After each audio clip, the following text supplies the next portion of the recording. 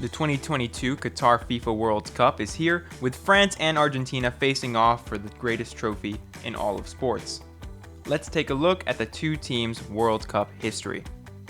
France. They are defending World Cup champions, having won the last tournament in Russia 2018 and also in 1998 where they won as hosts.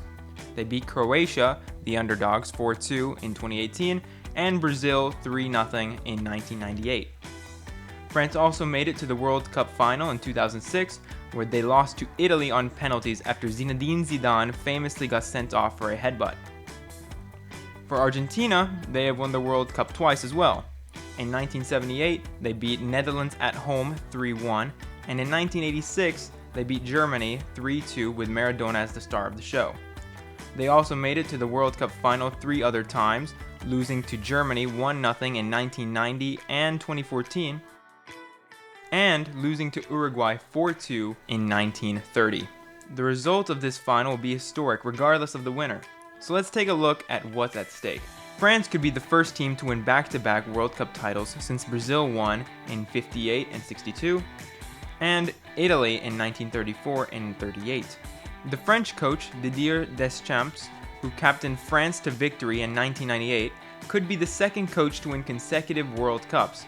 The only other coach to have done so was the Italian legend Vittorio Pozzo, who won the World Cup in 1934 and 1938. Mbappe could become a 2-time champion at the age of 23. If he scores, he will also join an exclusive club of players who have scored in 2 World Cup finals, including Pelé, Zidane, and Paul Breitner. For Argentina, this could be the first time they win the World Cup since Maradona won it in 1986. France and Argentina met in the last World Cup in the round of 16. It was a scintillating game, and France won 4-3 with Mbappe breaking out as the star of the show.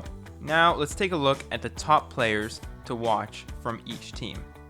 In the French team, we have Hugo Lloris, who is the captain of the French team and the most informed goalkeeper at the tournament.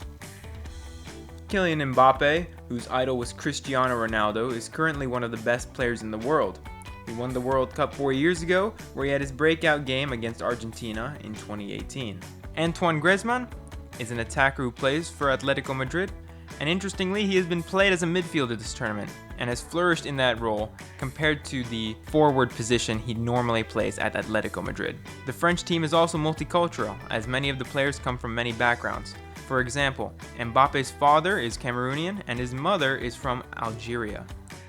Griezmann is of Portuguese and German descent, and the Hernandez brothers, Lucas and Theo Hernandez, are of Spanish descent. As well, Benzema is of Algerian descent. Players to watch from Argentina include, most obviously, Lionel Messi, who's the captain of Argentina.